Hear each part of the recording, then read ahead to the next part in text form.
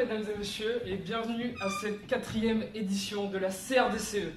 Donc j'ai l'honneur cette année d'ouvrir le bal de cette 4e édition. Donc la CRDCE, qui je rappelle, est la conférence des recherches douteuses à caractère économique, comme vous le savez. Donc je suis très heureux de démarrer cette conférence et sans attendre, je vais vous dévoiler donc mes résultats de mes recherches de cette année qui s'annoncent très fructueuses, je vous le dis mes amis. Donc vous pouvez voir sur ce PowerPoint, donc j'ai synthétisé mes recherches, et vous pouvez donc voir à premier abord qu'il y a deux choses qui se dégagent. La première c'est, putain il se fout de ma gueule, lui avec son PowerPoint imaginaire. Sur quoi je suis obligé de répondre, oui c'est un peu vrai. Mais on peut aller un peu plus loin dans la réflexion. Et on peut effectivement voir que lorsqu'on pose aux Français la question c'était quoi le moment le plus awkward de ta vie, 100% des Français, mesdames et messieurs, 100% des Français nous répondent ça veut dire quoi awkward.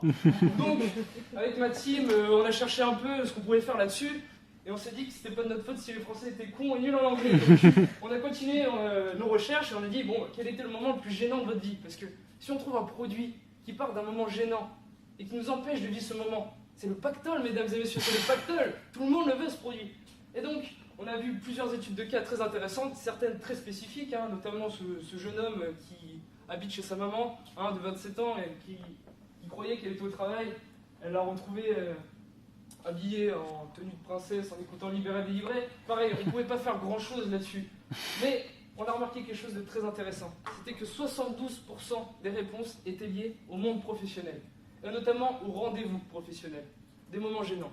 Ça nous a beaucoup intéressé, notamment un cas très précis qui concernait la tache sur la cravate. Et oui, vous savez, Didier, excellente celle-là, vraiment, cette blague. Et paf, la sauce béarnaise sur la cravate. Le rendez-vous totalement raté.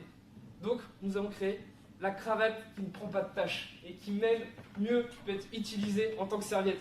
Dis donc Didier, pour le débasement, la dernière fois j'ai vu la patte de la compta... Attends 2 secondes. Gentleman only, mesdames et messieurs. Avec la cravate serviette, ne faites plus de tâches lors de vos rendez-vous. Merci beaucoup.